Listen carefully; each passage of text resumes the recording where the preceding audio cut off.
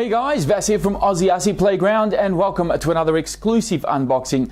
Today, of course, we are going to be unboxing the Nero, which is a new monster truck from ARRMA. Not to be confused with the actor Robert De Niro, because I can see that some of you out there may actually get a few funny looks if you turn around to your friends and say, hey, I'm going out to the park to bash De Niro. Everyone's going to think that it's some sort of like Goodfellas sequel or whatever. So take it easy, Joe Pesci. It's just a monster truck, all right? So this guy here is a brand new product from ARRMA, and I've of course been very lucky to get my hands on one very early on. In fact, I got it just a few hours before ARRMA released the whole thing to the world for everybody to see.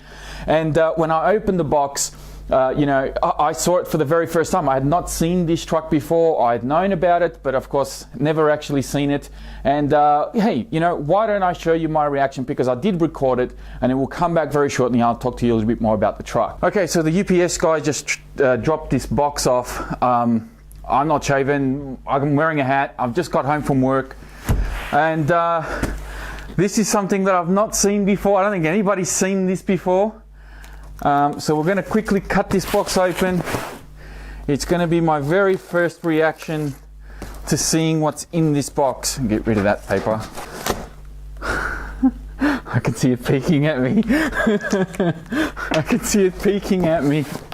All right, are we ready? Is it upside down? No, it's not. Okay, we're going to see it now for the first time. For the first time, we're going to see this. I don't know what this truck looks like yet. And there it is. The ARRMA Nero 6S BLX. I'm actually numb. So as you can see, I was pretty pumped about seeing the truck for the very first time, because despite the fact that I knew the truck was coming for a number of months, I hadn't actually seen any sketches or any videos or photos or anything. I didn't even know what scale it was going to be, what features it was going to have. Didn't know what color it was, apart from the fact that there were some teaser trailers going on from Hobbies and ARRMA just prior to me receiving the truck. I really had no idea what this thing was going to look like. So it was a very special moment to open the box for the first time and seeing the truck in the flesh right there in front of me. Because yeah, it's one thing to see a new RC on a web page or in a magazine, but to see it right there in your hands, it was a pretty special moment. And I have to thank ARRMA and Hobbies, of course, for sending the truck to me for review ahead of time, just so that I can show it all to you, go through some of the features, some of the pros and cons, and some of the things that I found on the truck so far. And obviously, give you my overall opinion. So this is the ARRMA Nero 6S BLX 1/8 scale 4-wheel drive brushless monster truck. And this is quite a unique monster truck because it has this diff brain. Now I will be talking about the diff brain a little bit later on in the video. I won't get into it too much here while the box is kind of hiding the truck from us. But of course, this is a ready to run vehicle. It's fully waterproof and it does have a 2-year warranty, which of course I'll encourage you all to read up on so you know exactly what that covers. And you've got the 3 diffs there, which can be locked independently via the remote. And that's where this diff brain feature comes in. So without further ado, let's get rid of the box, because I know you're all waiting for me to punch it out of the way. Okay, that's all good. It's fine. It didn't break anything. So here is the truck in all its glory. I will get all of these little things out over here so we can run through it all. I'll angle the truck a little bit there for you so you can have a better look at it. So let's get through some of this boring stuff first. I'll try and cover this as quickly as I can because I know a lot of you are really keen to get a better look at the truck. So in the box you will get this leaflet. This goes through your different diff mode. So you got blast, wheelie, drift and climb. You've got some option parts that you can get as well. There's some mud guards for the front and rear A-arms, a wheelie bar, some hardened steel spur gear or heavy duty, some heavy duty drive shafts as well, which I really don't know if they're going to need those because the ones that they supply is actually pretty good. There's a clear body, there's model numbers for everything, and then there's a little picture here of what is in fact the diff brain feature of this truck. So you've got your servos over here which lock your diffs, and then this little gizmo here, this little board, this is the actual diff brain which works off your 3rd channel, and by turning a little knob on the remote that activates different diffs to lock. So we'll run through that a little bit later on. Okay, moving on, I'm going to open up this bag. there is this little plastic piece that comes in here as well. I'll explain this a little bit later on, show you exactly what that is for. So we'll put that guy aside. Let's empty out the contents here very, very quickly so we can run through this. Okay, in here we have some additional stickers. These are Diff Brain stickers. These are pre-cut, so you should just be able to peel them off and stick them on the body if you want, or keep them aside for perhaps a custom body that you're going to do for the truck later on. That's entirely up to you. We've got some measurements here for the batteries. Now, the battery trays that actually come with this truck are actually very big, and I'll have the sizes in the video description. So if you're thinking about getting this truck and you want to know what batteries you can actually fit in here, check the video description. I'll have you know, the dimensions in there for you to check out, because they've actually supplied some really big battery trays, and I'm almost certain I can fit, you know, maybe a puppy or two in those battery trays and take them for a ride, because they are huge. Now, there is this little leaflet as well, very similar to the one that was supplied previously with the other 1/8 scale vehicles from ARRMA. This basically talks about the diff modes, and of course you also have the speed chart over here. Now, the standard pinion on the truck is a 15 tooth. They do supply you with an additional 17 tooth, but unlike the other vehicles like the Centon and the Cratons and the Italians and all that, where you had to get an additional pinion to reach these 60+ miles an hour, which of course you know that I'm going to be testing that out. They've actually included the 17 tooth pinion, which apparently will get you to that 60+ miles an hour. So really good to see that I don't have to go out there and get another pinion to reach that speed. So good on you, ARRMA, for doing that. I'm glad you've improved on that one. That's definitely a step up from the previous model. So there's also a bit of some tools in here as well. You got your standard cross wrench. I've got, I don't know how many, 4 or 5 of these now. So you got your cross wrench, you got some Allen keys in here. All of this will help you work on the truck. The big wrench here will take off the wheels, and your Allen keys will, of course, you know, disassemble the rest of the truck depending on the size of screws.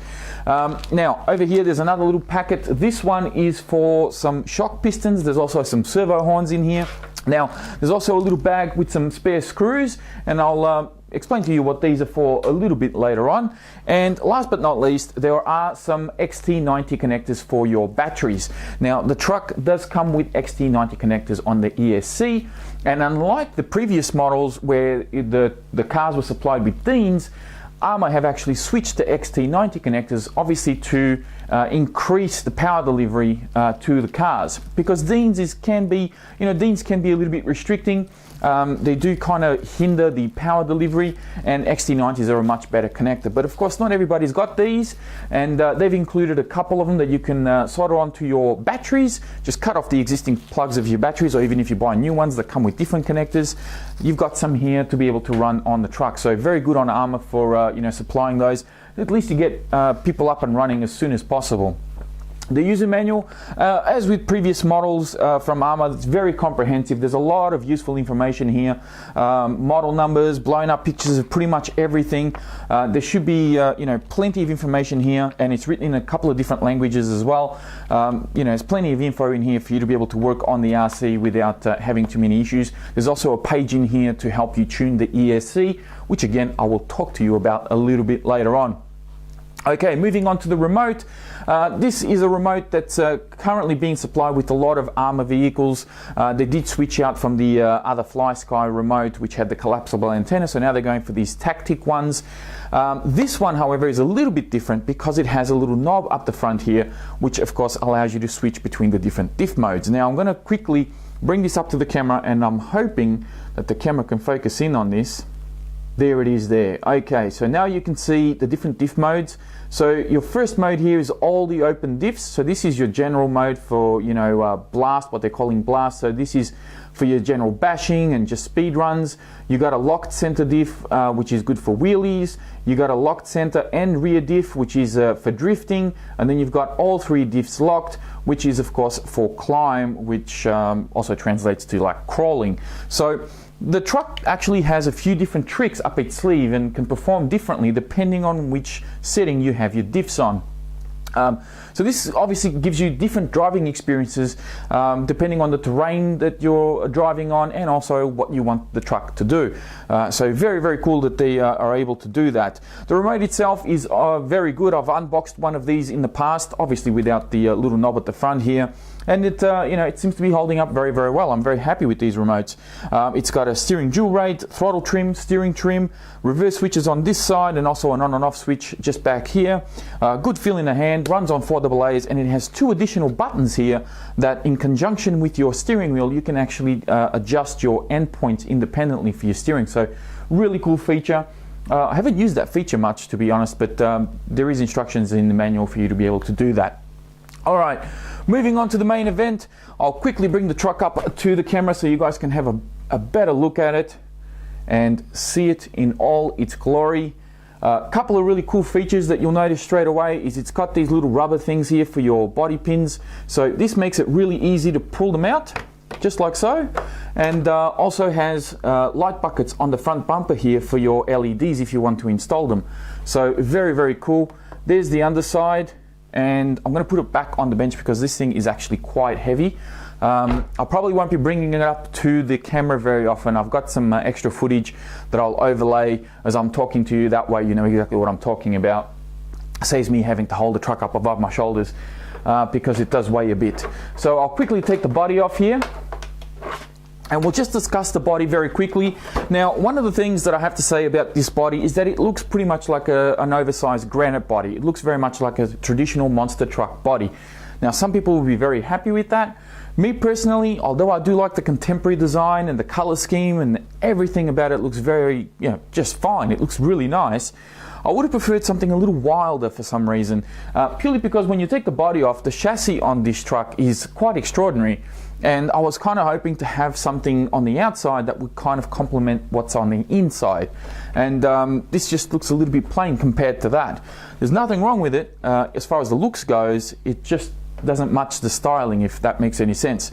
As far as the quality of the body itself, it's a pretty standard sort of body for ready to run. It does feel a little bit flimsy, but the chassis itself does have a built-in roll cage here, so hopefully when I flip the truck upside down, which is probably going to happen, you know, the body will be fairly well protected. But of course, you know, we'll see how it holds up in the long run. Okay, so I'll bring the chassis up, just up to the camera one last time. Man, this thing is heavy. I tell you, this is not a light vehicle. But there is a lot of engineering here. There's a lot of things going on. And I know that some people have been commenting, because the thing is, I've had this truck here for about 2 or 3 days now, and you know, it's actually been good that I've had it here at home for this long, because it's given me a chance to see people's reactions on Facebook and on forums. And one of the things that seems to be coming up is people seem to be very scared of getting this truck because it looks very hard to work on. But I am going to run you through some of the things that ARRMA have actually done to make it easy to work on, to make everything accessible with minimal work. Given its design, I think they've done an exceptional job. And I've actually tried some of these, you know, disassembling the truck a little bit just so that I can get some experience with it and give you a little bit of feedback in regards to that. So let's start from the outside and work our way in.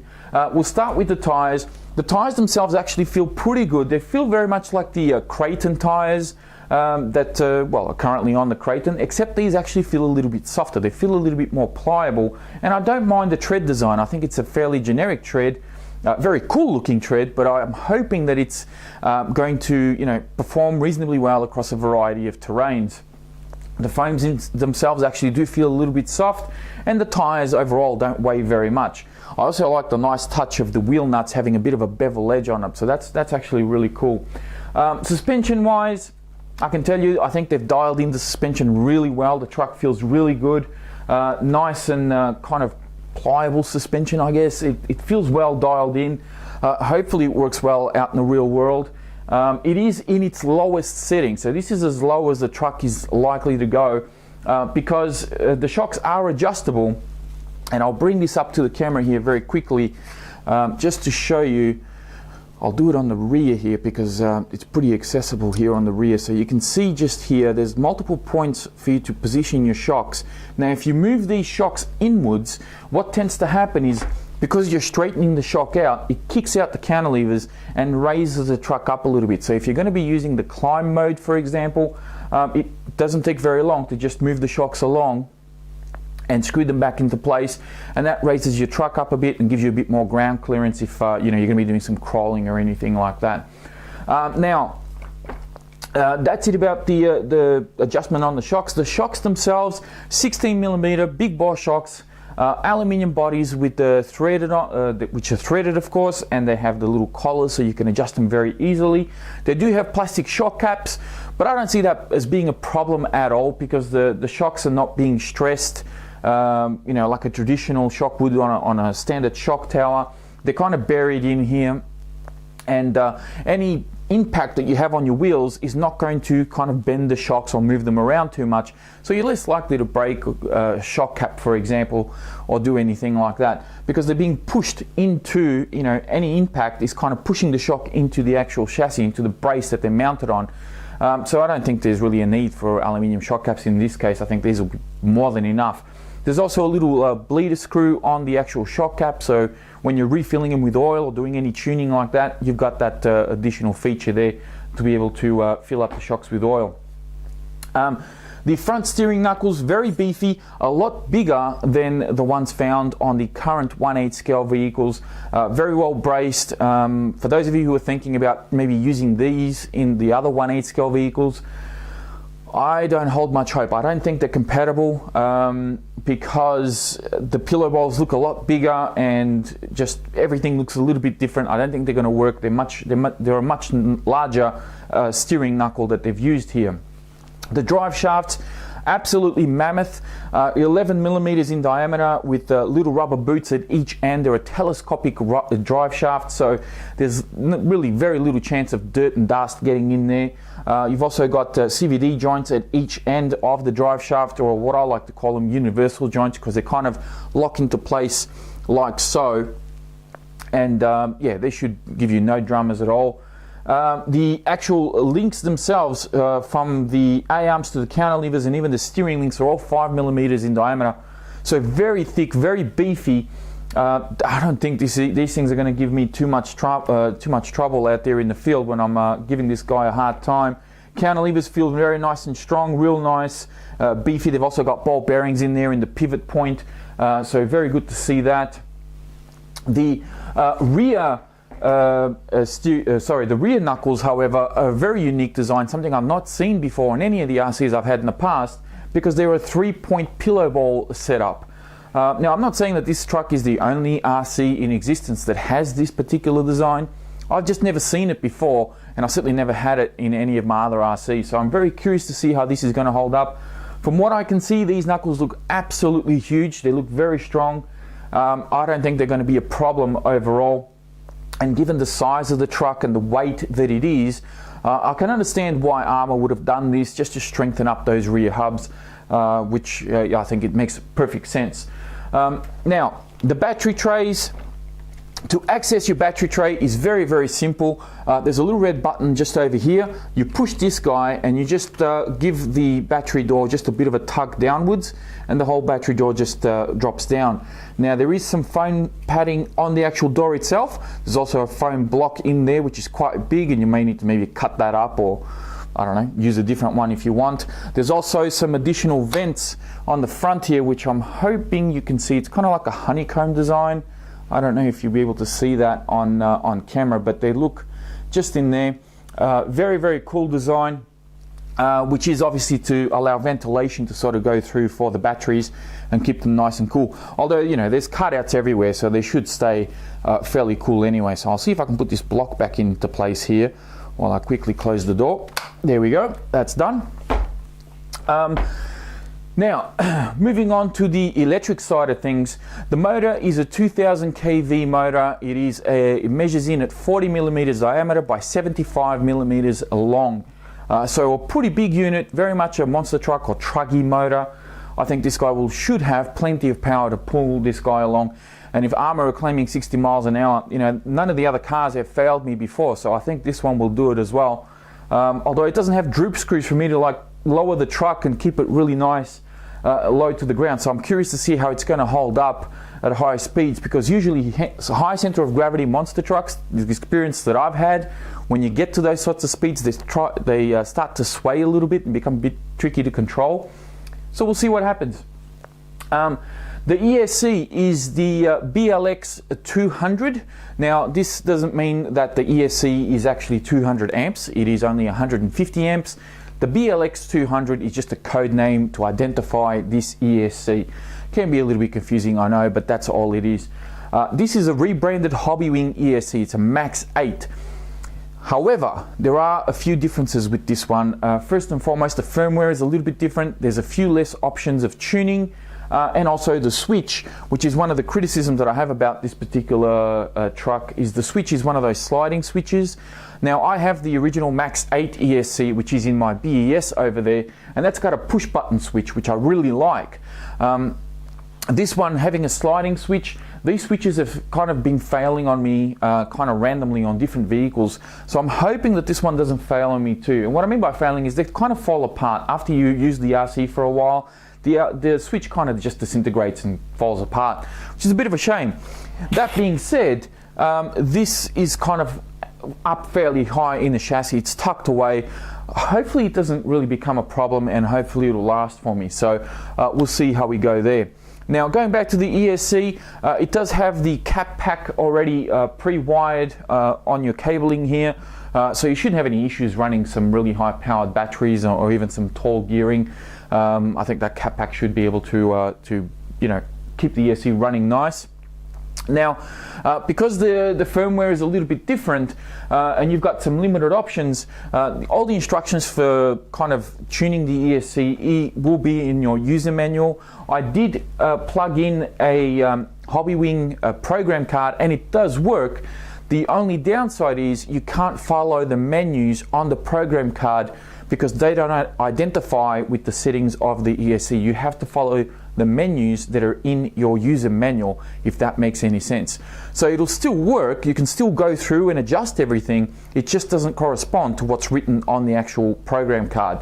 You have to go by what's in the manual there. Hopefully that makes a little bit of sense. Otherwise, just use it, you know, manual tuning, follow the instructions, listen to the beeps, press the buttons, do all that sort of thing. It's pretty easy to do, really.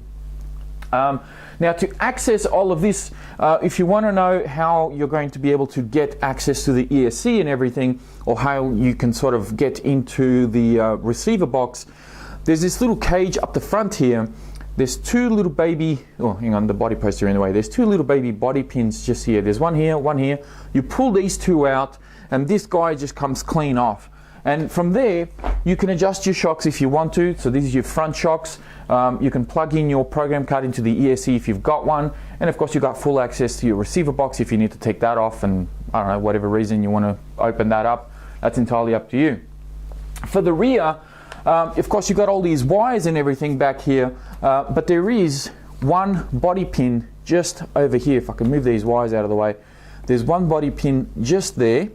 You remove that body pin and that kind of loosens the, well, it reveals the cover for the spur gear.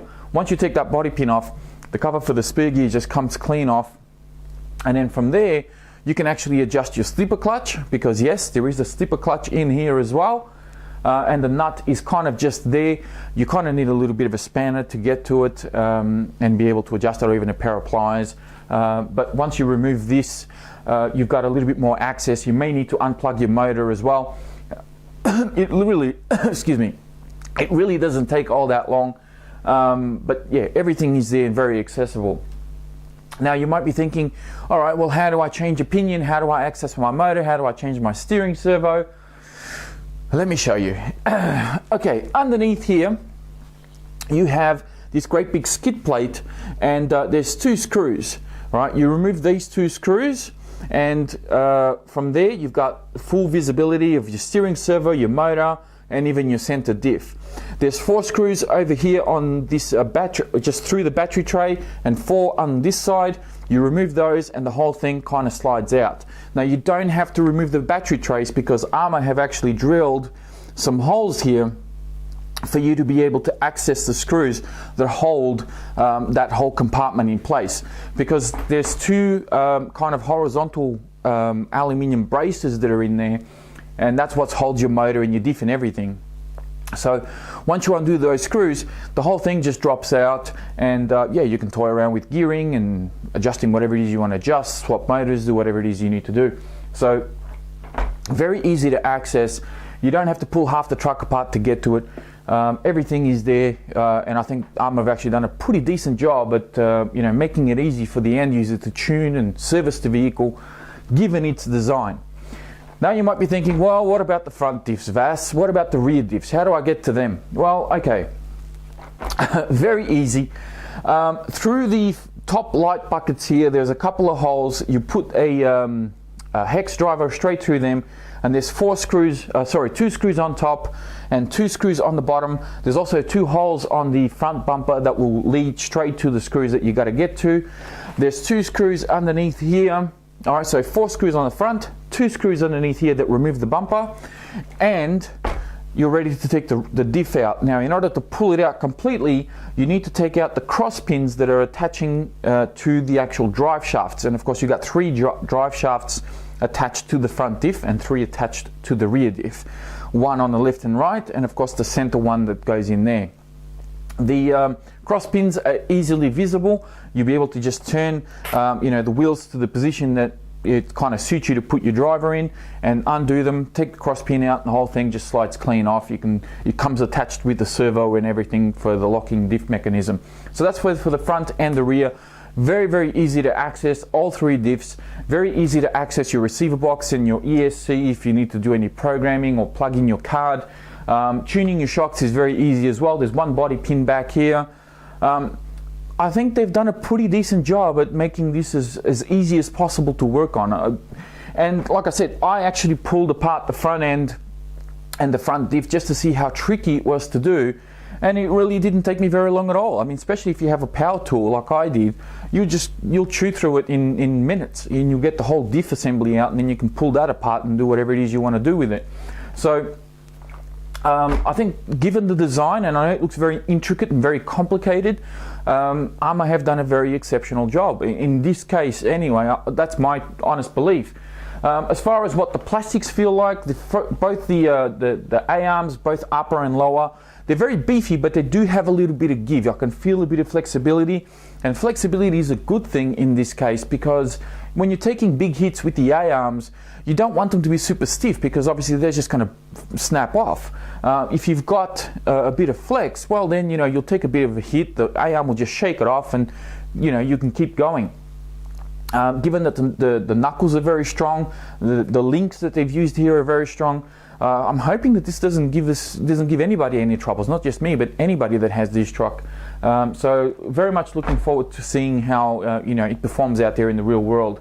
Of course, you've got the twin vertical plates on either side. These are 3mm thick, very, very strong, very beefy, and the roll cage up the top here also doubles as a bit of a you know, carrying handle for the truck. Now, before we forget, this little bit of plastic that's here, what is this for? Well, this goes underneath the truck. I'm going to show you here very quickly. We've got just here these big scoops, which are designed for high speed. They pick up a lot of air and keep the motor nice and cool. But if you're doing some crawling, they can kind of hinder your performance because they stick out quite a bit. So this guy here will replace this one, and kind of goes with these vents towards the front there, and that gives you a much cleaner look. So if you're doing some crawling over some rocks and things like that, you're less likely to get snagged with this particular plate. And this attaches with 3 screws, while this one attaches with 2 screws, and that is why they give you some spare screws in the box for you to be able to attach this guy right here. Okay, so closing out this unboxing, I'm going to very quickly show you the batteries that I've decided to run on the Nero. That is, of course, the truck, not the Actor. And these are the batteries that I've chosen. So I've gone for a Turnigy 5000 milliamp, 60 to 120C. And these were actually recommended to me by my friend Paul, who's been using them in his RCs for quite some time. And he seems to be pretty happy with them. So he kind of said, hey, you know, why don't you give these a go? And I figured, what better way to test them than with a high-powered vehicle like this? So I'm very excited to try these out.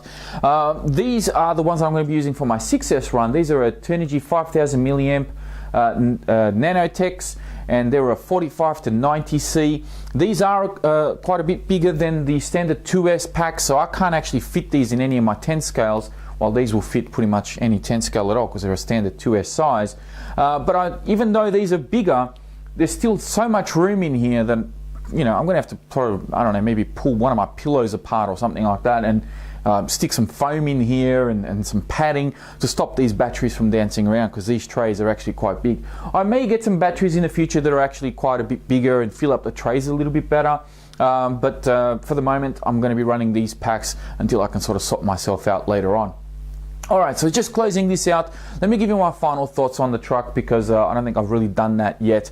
First impressions, I have to say, this truck is a work of art. I'm really, really impressed, and I'm not just saying that because I know a lot of people will say, oh, you got the truck for free, you're going to be biased. That's not the case at all. I built my channel based on honest reviews, and I've always given that. It doesn't matter who sends me product or whether I buy it or falls from the sky. The end result is always going to be the same, and I have to say that there's been so much work and so much thought put into this truck that I have to respect it. I have to give it credit where it's due. And the only things that I could really only pick on are, of course, the body that feels a little bit flimsy, and you know, it looks a little bit kind of the same as a lot of the other monster truck bodies out there. And of course, the on and off switch for the ESC, I would have preferred the actual button, not the sliding switch. But that's really about it. I mean, what can I pick on? I worked on the truck to work out if it was actually hard to remove a diff or to pull anything apart. They've thought of everything. They've thought of how you can access all these components, and you know, given the design of it and the way that it's put together, I have to say that ARRMA have really excelled here. They've done an exceptional job, and I'm very, very happy to have one of these things in my hands, and I can't wait to really take it out there and you know, show you what it can do. Hopefully it holds up. I mean, you know, who knows, maybe I'll take a couple of jumps and this thing will break in half, but I very much doubt it. I mean, given the ingenuity that's gone into this, the beefiness that they've gone and put on the A-arms and the links and everything else, and even the diffs. If you go onto the ARRMA website, they've got a size comparison between these diffs and the Creighton diffs, and there is a significant difference in the size of these ones compared to the other ones, especially compared to the 10 scale diffs. They look minuscule compared to this. So it looks like they've done a lot of homework, they've done a lot of research, and I think they've done the right thing here. I think they've done an exceptional job, and I couldn't be happier to have one of these trucks in my possession. So thank you very much, ARRMA. Thank you very much, Hobbyco, for supplying one of these ahead of time to, of course, to review and to show to everybody what it's all about and how, you know, easy it is to work on and some of its features and all that. So really, really appreciate it. Now, as always, check out the video description. I'll have links in there to the batteries. I'll have a link in there to the ARRMA Facebook, not Facebook, the ARRMA website, so you can check out their you know, a bit more technical information about the truck, and check out a few pictures and a few specs on there as well. I'll also have a link in the video description for the Tower Hobbies website. If you're in the US or in some other international country, you can check that out, and maybe you can you know, pick one of these up from Tower Hobbies. Alternatively, if you live in Australia and you want to get one of these locally, I'll have some information in there for Southern Model Supplies. Can never say that right. Southern Model Supplies. I'll have a phone number, and I think they also supply me with an email or an address or something, so you can get in contact with them. They're a distributor, and then of course they'll point you in the right direction of your nearest hobby shop that will actually supply this truck to you. And then, you know, you can get some prices and so forth from them. So, you know, hopefully that works out well for you if you want to buy one locally. I'll also have a link in there to my Facebook page, and lastly, I will have a link in there to the ARRMA Facebook group, which is a group that I'm very happy to be a part of. There's a lot of really cool guys and girls in there that have got ARRMA vehicles that do a lot of modifications. They you know, share experiences and hints and tips and everything. Really cool guys. If you've got an ARRMA vehicle, or if you're thinking about getting one and you want to get a different opinion, or you want to get some just some general feedback, check out that Facebook group. There's a lot of really cool guys there that will be more than happy to help you out. So, and without them as well, a big thank you to all the guys at the ARRMA Facebook group, because without them and without the support of my subscribers and my viewers, I don't think I would have had this truck here in front of me to be able to show it to you all ahead of time, ahead of its release. So thank you all very much for your support. That is it from me. Please be sure to hit the like button before you go. Don't forget to subscribe if you're new here. That way you can stay up to date with everything that goes on with the truck, as well as a bunch of other RCs that I have. And of course, I'll speak to you guys next time.